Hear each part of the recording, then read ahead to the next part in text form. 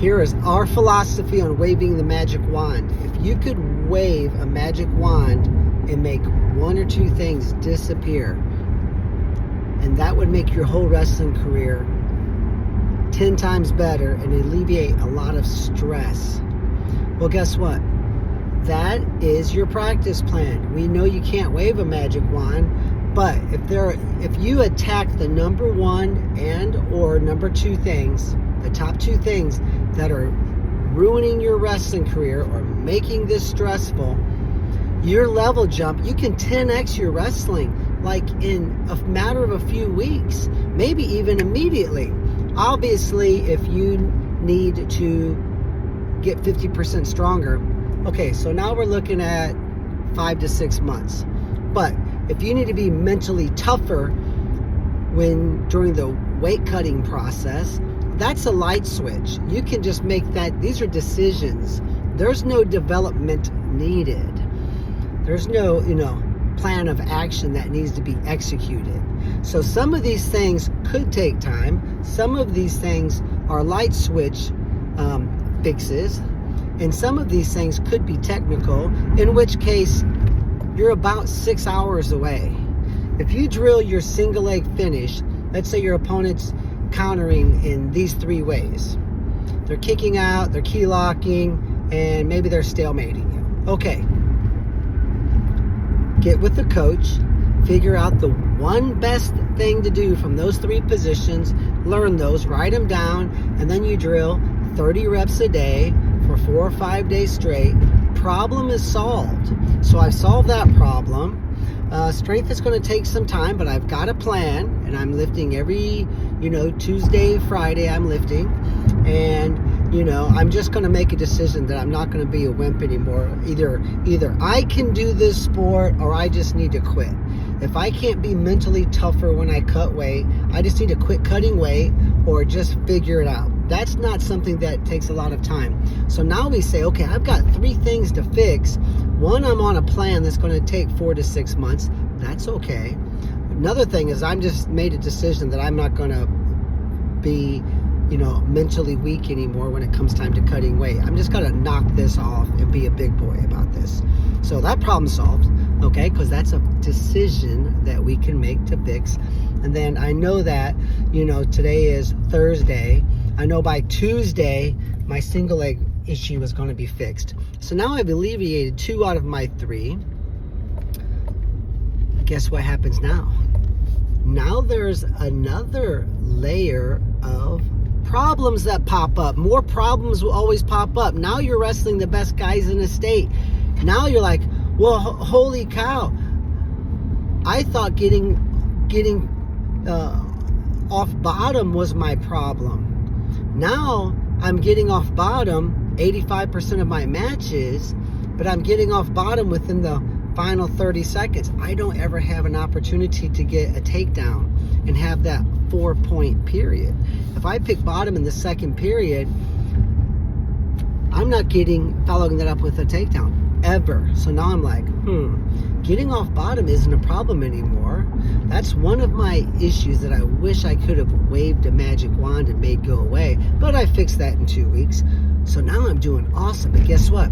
Now I have to start getting better at scoring takedowns after I get my escape in the second or third period, because I know, Nick taught me that if I can have 4-point periods 50% of the time or more, my level of wrestling just jumped another 10 levels. So it's very exciting. See, now I'm like, dude, this is actually fun. The problems that I have been ignoring because I just wish they would go away, I realize that they're not going to go away. And after I fix them, I find out that there's another problem. When I did get an escape, I was getting takedowns, but those were against the JV kids. But now I'm a great wrestler. Now I'm going, this way on the weight bracket. I'm in the finals a lot. I'm wrestling better opponents. When you wrestle better opponents, there's new stuff that is recently developed. I have now been exposed to other areas of difficulty that I have to attack. And so let's say within 3 months, you're like, okay, now I'm getting away, 97% of the time. And 75% of the time, I follow that up with a takedown, because 85% of the time when I get an escape, I'm getting an escape within 45 seconds or less. So level jump, level jump, level jump, level jump, level jump. And so when you really start to attack a couple of these weaknesses that you have, number one, two things happen. Number one, you realize how easy it is to fix some of these things with just a little bit of effort. Number two, it gets to be very exciting, right? So what you need to do is this. There's a phrase for people who want to be rich, make money, and have money. It says this: never say, I can't afford that car. You should say, what do I need to do in order to afford that car? How can I afford that car? See, one thing turns your mind off and the other one turns your mind on. What can I do to lose this 20 pounds? What can I do to make varsity next year? What can I do? What are the top 2 or 3 or 4 things I can do in order to be a state champion next year? See, now we're kind of reverse engineering, and we're turning our brain on, we're turning our ambition on, and we're turning on that the excitement dial is cranked up full blast. So what you're going to find is you're never going to have more fun in wrestling as you will once you make that little plan of attack and you get on the offense.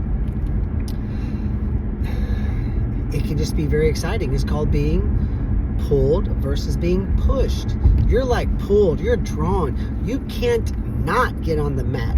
You can't sleep at night. You're thinking about, man, I am in control over my career. This is very exciting. So I feel like, when you engage in this exercise and you get started and you stomp out a couple of those fires, new fires arise and you're almost happy to have them. Because, see, now we have big boy problems. When you're a JV kid with a losing record, you have a lot of problems. But when you're nationally ranked and you're squaring off, you're in the finals of every tournament, and people are coming after you, and people have a hit list with your name on it, there's more problems. See, you're always going to have problems, but you want to have champion problems, not struggling athlete problems. And this whole thing can start the process in motion, and then you're drawn. No one has to push you anymore. You are drawn because, the level of excitement that you have when you realize that you do kind of control your own destiny. People always say, well, you're not in complete and total control over winning. Yes, I would agree, right? The ref can make a bad call, right? But you almost have to, and this is one of the talking points we have in our academy, you almost have to act like it is all under your control. Pat Smith was a 4-time NCAA champ. He was my teammate, roommate in college. His brother John was my coach, obviously.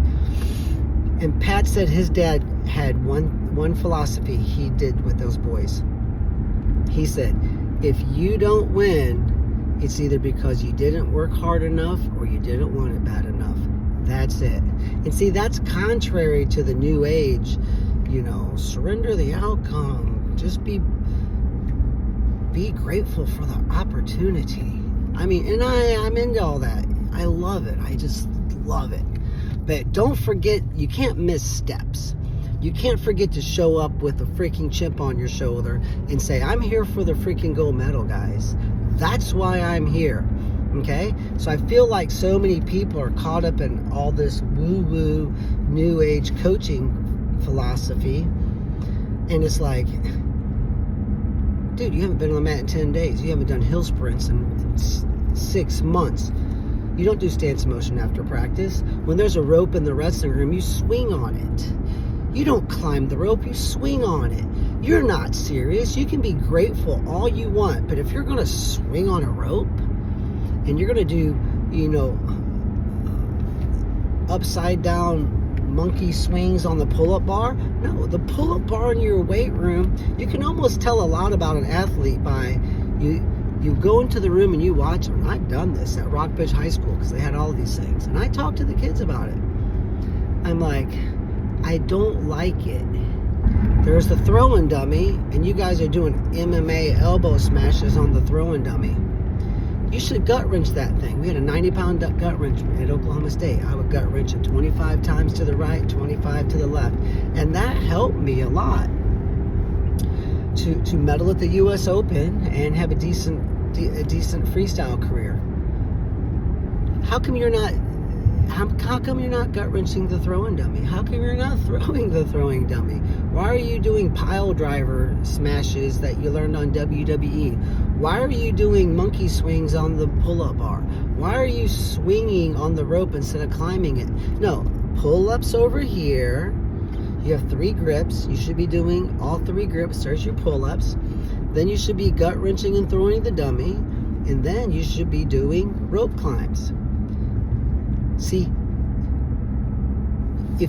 after you're doing those things, then you can say, well, if I'm stressed and have anxiety, I do want to maybe be a happy warrior and engage in some of the woo-woo stuff and talk about trust the process, being grateful for the opportunity to be a wrestler. But it's like, you can't just go there and expect to win when you're not even doing the hill sprints. You're not even wrestling in the off season, right? So don't skip steps. So I do like the Big Leroy Smith, his chat with his boys that said, even though realistically it's not 100% in your control, you could snap a ligament in your knee, right? You can be at a stop sign, someone could hit it, could rear end you, and you could hurt your neck, unfortunately. There's a lot of things that could happen. But let's just pretend that it's all in our control. And I feel like that is something that I learned through the years, even when I wrestled at Oklahoma State, was to take complete ownership of your wins. And sure, does that add pressure? Yeah. It does add pressure, but it also adds freedom, because I'm not just acting like I'm a passive observer or a partially active in the process of winning. Even though some of that stuff could happen, you almost just got to say, okay, I know this bad stuff could happen that's out of my control. Okay, I get that. But for me to drive myself to the top, I almost have to get old school a little bit. And, that's something that I think is important to remember. And Leroy told his boys, if you don't win, it's because two things. You either didn't work hard enough, or you didn't want it bad enough. That's it. And I think when we get a little bit more granular and old school, that can be very important. So there's some ideas for you guys. I appreciate you following. I really appreciate you sharing our stuff and following along. So either way, hope you have tremendous success.